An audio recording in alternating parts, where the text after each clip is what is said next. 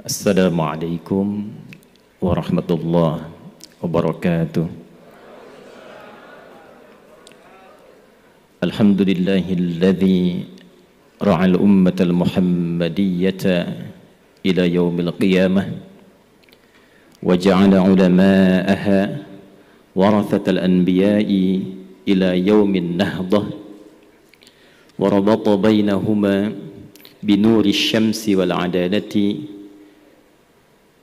كالشمس وضحاها والليل إذا جلاها مصليا على النبي المصطفى وعلى آله المستكملين الشرف وعلى آله وصحبه إلى يوم الوفاء وبعد.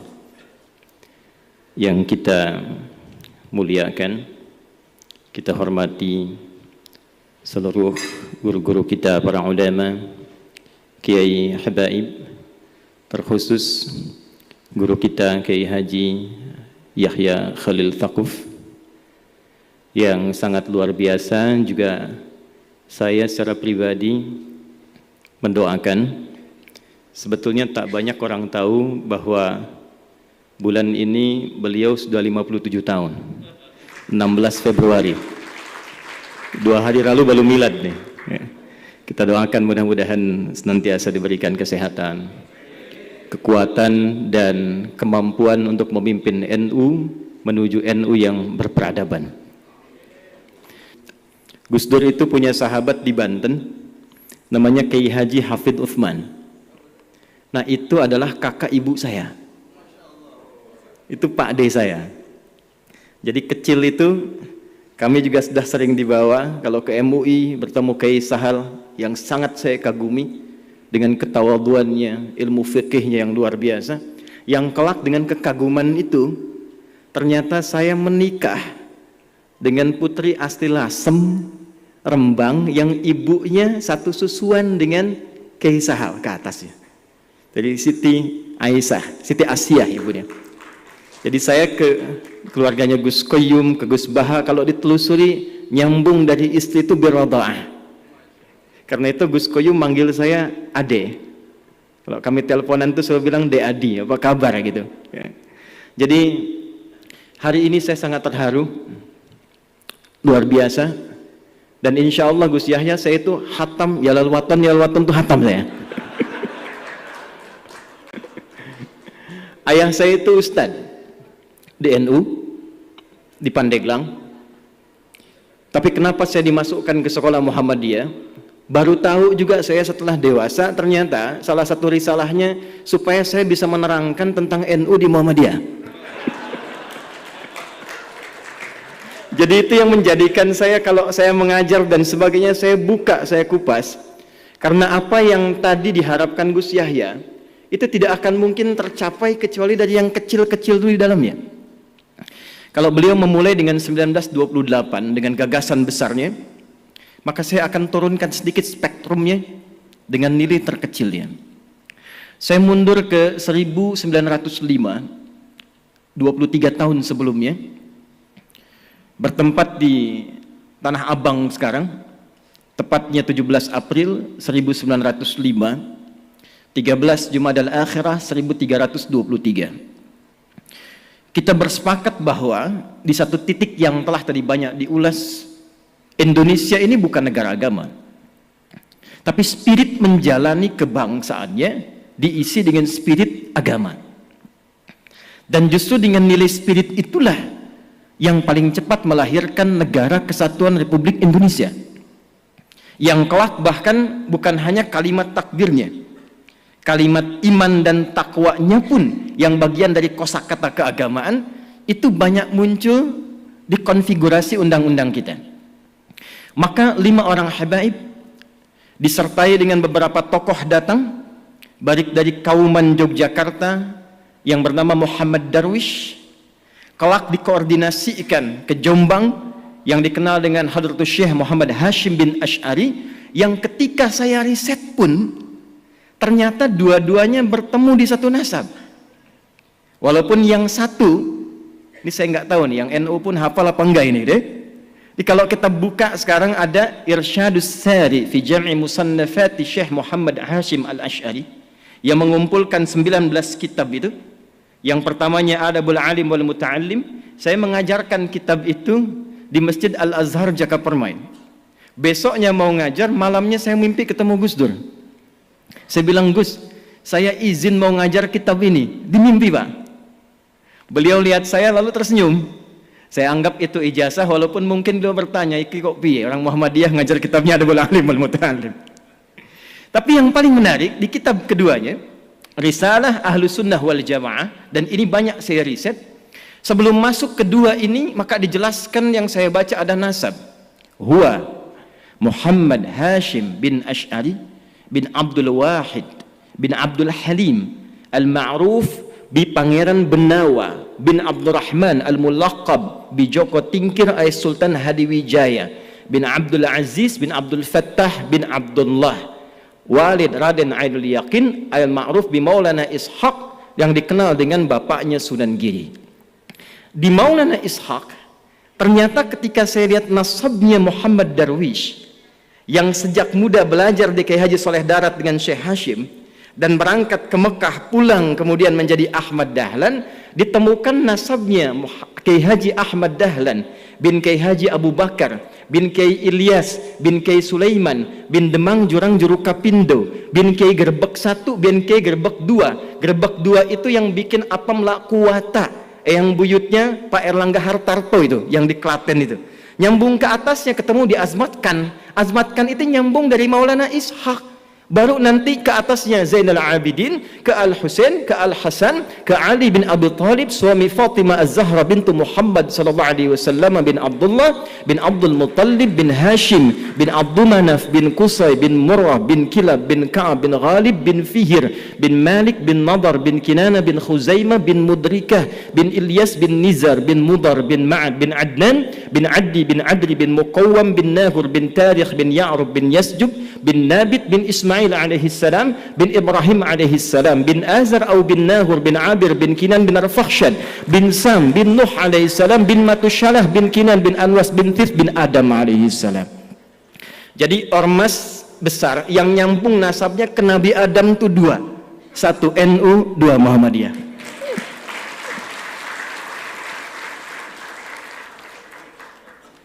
Dan yang paling menarik, itu risalahnya saya temukan selalu saling melengkapi. Dan justru dengan melengkapi itulah kemudian berwujud ke depan Negara Kesatuan Republik Indonesia, yang nilai-nilai keagamaannya dituangkan dalam undang-undang. Kita sejak pembukaan preambul itu, kalimat pertamanya yang muncul, atas berkat rahmat Allah yang Maha Kuasa. Dan dengan didorongkan oleh keinginan luhur. Jadi memang keinginan luhur itu sudah banyak, tapi karena berkat dan rahmat Allahnya belum turun seketika, belum dapat kemerdekaan.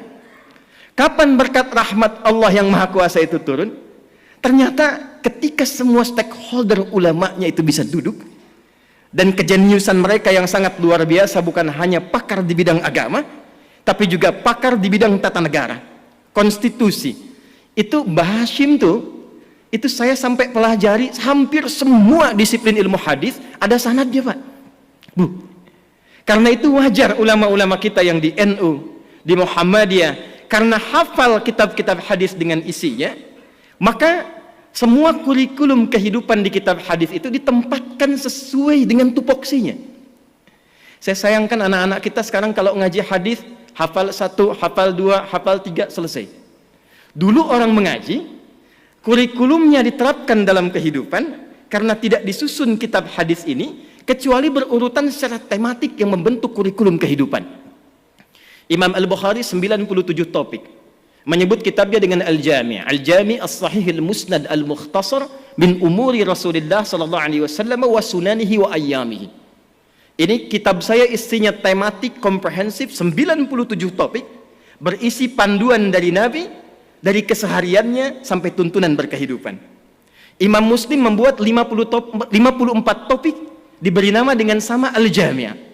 Dan di topik ke-33 itu didapatkan Kitabul Imarah, kitab kelola tata negara.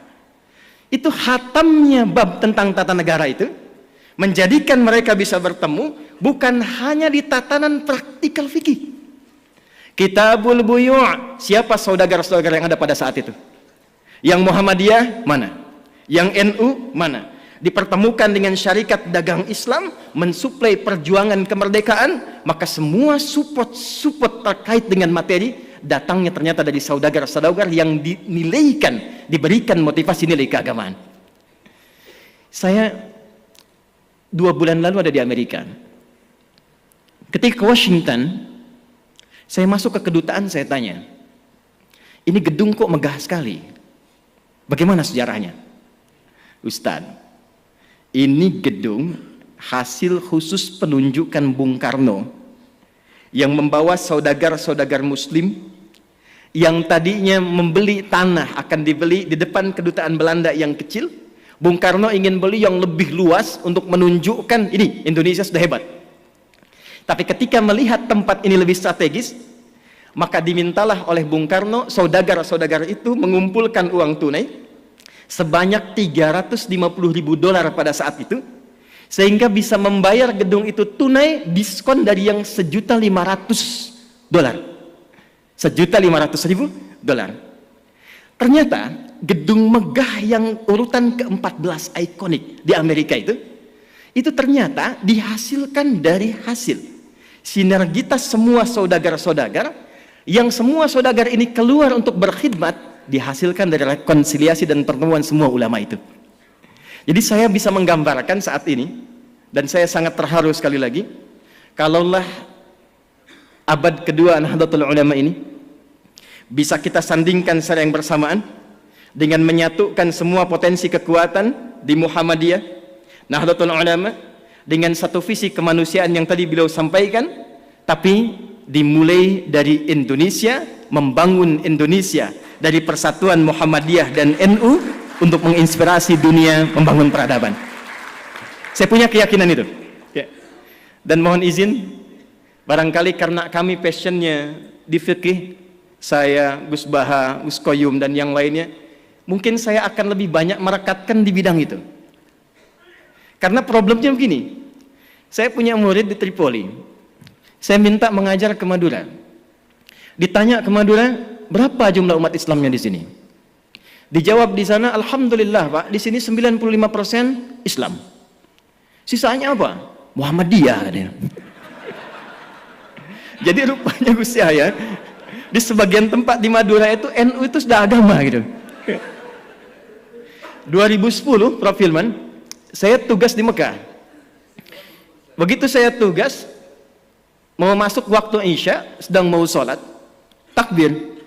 Imamnya Syekh Sudes, begitu takbir, dia karena Hambali, baca basmalahnya silent, langsung dia baca Alhamdulillahi Rabbil Alamin. Itu komentar pertama jamaah samping saya, iki imamnya Muhammadiyah atau yang Muhammadiyah cabang Masjidil Haram, mana bayangkan. Lalu saya bermula kembali melihat, ternyata dulu hubungan Kiai Dahlan dengan Kiai Haji Muhammad Hashimin Asy'ari Hadratus Syekh itu tak ada masalah di fikih, di akidah pun tak ada masalah. Problemnya muncul kemudian karena ada irisan-irisan yang sesungguhnya tak ada kaitan langsung dengan fikih. Saya ambil contoh begini misalnya, masalah tahlilan tadi, kan bedanya NU dengan Muhammadiyah cuma di harokat saja kan.